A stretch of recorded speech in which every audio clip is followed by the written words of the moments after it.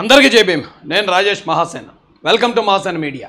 Video చూసిన వెంటనే like, comment, share చేయడం ద్వారా ఇది అందరికీ తెలియజేయండి. ఇప్పుడు మనం మహాసేన మీడియా పాయింట్ ఆఫ్ వ్యూలో కొన్ని నియోజకవర్గాల్లో ఏం జరగబోతుంది అనేది ఒక చిన్న అనాలిసిస్ చేద్దామండి. ఇది ఎవరికి వ్యతిరేకం కాదు, ఎవరికి అనుకూలం కాదు, ఉన్నది ఉన్నట్టు చెప్దామండి. ఎందుకు లేనిపోయిన బాధ మనకి. మండపేటలో నేను పర్సనల్గా చూశాను. అక్కడ ఏం జరగబోతుంది ఏంటి అనేది కూడా నాకు ఖచ్చితంగా అవగాహన ఉంది. ఎందుకంటే వీళ్ళిద్దరి గురించి బాగా తెలుసు నాకు. ఈయన జోగేశ్వరరావు గారు ఆల్రెడీ 3 సార్లు ఎమ్మెల్యే అయినా, అక్కడ సిట్టింగ్ ఎమ్మెల్యే. చాలా సౌమ్యుడు. ఆయనలో ఉన్న ప్లస్ పాయింట్లు చెప్తున్నాను. చాలా సౌమ్యుడు. ఎవరితోని గొడవ పడ్డు, ఎవరితోని గొడవగలడు, ఎవడైనా అవసరం ఉందని వస్తే సాయం చేయడం తప్ప ఈయన మీద ఎటువంటి దుడుకు స్వభావం కలిగిన వ్యక్తి అనే ఏ విధమైన ఇంప్రెషన్ లేదు.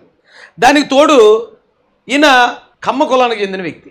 కులం ఎందుకు చెప్పాల్సి వస్తుంది ఇక్కడ అంటే, తూర్పుగోదావరి, పశ్చిమ గోదావరి జిల్లాల్లో కొన్ని కులాల మధ్యలో వైరం ఉంది. ఆ కులవాడికి సీట్ ఇస్తే ఆ కులవాడు కాబట్టి వేయను అనే పరిస్థితి ఉంది. కాబట్టి ఈయన కమ్మ కులస్తుడు. కమ్మ కులస్తులుగా ప్రాబ్లం లేదు ఇక్కడ. కమ్మ కులస్తుడు పొడి చెప్తే మేము ఓటేయం అనే కులం అంటే కమ్మ వాళ్ళతో వైరం ఉన్న మరో కులం లేదు ఇక్కడ. ఎందుకంటే వాళ్ళు ఎవరితోని వైరం పెట్టుకోరు. అవకాశం ఉంటే తెలుగుదేశం పార్టీలోనో లేదా మరి ఏ పార్టీలోనో ఉంటే ఆ వచ్చినోడికి ఏదైనా కొంచెం వాల్యూ ఇద్దాం, ఆడికి కూడా కొంచెం లిఫ్ట్ ఇస్తాడు, రేపు పొద్దున మనతో పాటు ఉంటాడు అని జనాలతో మంచిగా మమేకమై ఉంటారు తప్ప దుందుడుకు స్వభావం అయితే ఇక్కడ ఉన్న కమ్మోళ్ళలో నేను చూడలేదు. అదొకటి ఆయనకి ప్లస్ పాయింట్. అంటే ఆయనకి వ్యతిరేకమైన కులం మండపేటలో లేదు. మండపేటలో ఆల్రెడీ ఆయన 3 సార్లు సిట్టింగ్ ఎమ్మెల్యే కాబట్టి ఆయన చిన్న చెత్తుకో సాయం చేసిన వాళ్ళు, సాయం పొందిన వాళ్ళు చాలామంది ఉంటారు. ఎందుకంటే ఆయన లోకల్ కూడా. అన్ని ప్లస్ పాయింట్లు ఆయన దగ్గర ఉన్నాయి.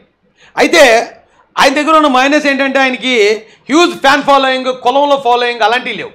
అన్ని కులాల నుంచి ఆయన అభిమానించే వాళ్ళు ఉన్నారు తప్ప ఫ్యాన్ ఫాలోయింగ్, ఫ్యాన్ బేస్ అంటారు చూసారా, నేను జోగేశ్వర గారి కోసం ఇది చేసుకుంటా, ఇక్కడ పచ్చబొట్లు వేయించుకుంటా, ఈ బ్యాచ్ ఉంటారు వాళ్ళ దగ్గర. అదొక్కటే చిన్న ఇది. రెండోది మన పరిచయం అక్కర్లేదు తోట త్రిమూర్తులు గారిని మేము మా పాయింట్ ఆఫ్ వ్యూలో మేము చాలా విమర్శించాం. ఆయనతో ఫైట్ చేస్తాం, ఆయనకి అలా జరగాలి ఇలా జరగాలి అన్నీ చేసినా కానీ ఇది జస్ట్ అనాలిసిస్ కాబట్టి తోట త్రిమూర్తులు గారిలో ఉన్న ప్లస్ పాయింట్ ఏంటంటే, నేను ఎంతో చెప్పాను చూడండి, హ్యూజ్ ఫ్యాన్ బేస్. చచ్చిపోతాం మేము ఆయన కోసం గొడ్డలు చింపేసుకుంటాం అనేవాళ్ళు తోట త్రిమూర్తులు గారికి ఉంటారు. ఎందుకుంటారు అంటే కార్యకర్తలకు అంత దూకుడుగా సపోర్ట్ ఇస్తాడు ఈయన.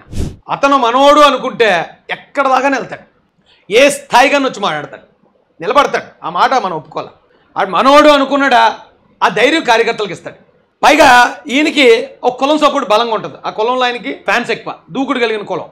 ఆ కులంలో ఉన్న యంగ్స్టర్స్ అందరూ కూడా తోట త్రిమూర్తులు గారు అంటే ఆ ఏరియాలో, కోనసీమ ఏరియాలో తోట త్రిమూర్తులు గారికి ఒక స్పెషల్ ఫ్యాన్ బేస్ ఉంది. అయితే అది ఎంత ప్లస్ అంతే మైనస్ కూడా ఆయనకి. ఎందుకంటే ఆ కులంలో ఉన్న ఆ దూకుడు స్వభావం కలిగిన యువత ఎవరైతే ఉన్నారో వాళ్ళ వల్ల సఫర్ అయిన వాళ్ళు, వాళ్ళ ప్రత్యర్థి కులాలు కొన్ని ఉన్నాయి అక్కడ. ఆ కులాలు ఆటోమేటిక్గా వ్యతిరేకించేస్తాయి అంతే. తోట త్రిమూర్తులు గారి కులాన్ని ఇక ఆ కులంలో ఎవరైనా ఒకరికి సీట్ ఇస్తే ఆ కులం వాళ్ళకి అయితే మేమేరో బాబు బాబు వాళ్ళతో మనం పడలేమరా అనే పరిస్థితి. దాంతోపాటు అక్కడ ఉన్న ఎస్సీలు, ముఖ్యంగా త్రిమూర్తులు గారి మీద ఎస్సీలు తీవ్ర వ్యతిరేకత ఉంటారు ఎక్కడన్నా. అలాగని మొత్తం ఎవరు లేరని అనలేము. ఆ ఎస్సీ నాయకులు ఉన్నారు ఆయనతో పాటు, కానీ మెజారిటీ ఎస్సీలు ఆయనతో ఉంటారు. మెజారిటీ బీసీలు కూడా ఒకవేళ త్రిమూర్తులు గారు కాబట్టి ఉంటే ఉండొచ్చు, కానీ మెజారిటీ బీసీలు కూడా మనకి జోగేశ్వర గారితో ఉండే పరిస్థితే ఉంది అక్కడ. సో ఈయన మండపేటకు లోకల్ కూడా కాదు. ఎందుకంటే మండపేట లోకల్ అయ్యి ఉండి గతంలో 2-3 సార్లు ఒక ఎమ్మెల్యే, ఎంపీఓ ఏదోటి చేసి అక్కడ ఉన్న కొంతమంది జనాలకు మంచి చేసాడనే అవకాశం ఈయనకి లేదు. ఈయన రామచంద్రపురం బ్యాక్గ్రౌండ్, ఆ అవకాశం ఈయనకి మాత్రం ఉంది. ఆల్రెడీ ఈయన ద్వారా లబ్ధి పొందిన వాళ్ళు చాలా మంది ఉంటారు నియోజకవర్గంలో. ఎందుకంటే 3 సార్లు ఎమ్మెల్యే. ఈ పాయింట్ ఆఫ్ వ్యూలో చూస్తే ఆడ ఖచ్చితంగా జోగేశ్వర గారికి ఎడ్జ్ ఉందండి, ఆయనకి వెళ్ళడానికి అవకాశం ఉంది. పైగా ఈయనకు వచ్చిన ఇంకొక బ్యాట్ ఏంటంటే కరెక్ట్గా ఈ టైంలో, ఎలక్షన్ టైంలోనే ఆయనకి శిక్ష కన్ఫర్మ్ అయిపోయింది. ఆయన శిరోమండనం చేశాడు. శిరోమండనంలో ఆయనే మొత్తం కర్త కర్మ క్రియ అని చెప్పి కోర్టు నిర్ణయం చేసింది. అది చాలా పెద్ద దెబ్బ ఆయనకి. ఈ టైంలో 28 సంవత్సరాలు అనుకుంటా, కరెక్ట్గా ఎలక్షన్ టైం, బ్యాడ్ టైం చూడండి ఆయన, బ్యాడ్ టైం. ఒక నెల రోజులు ఆగొస్తే మళ్ళీ కథ వేరే.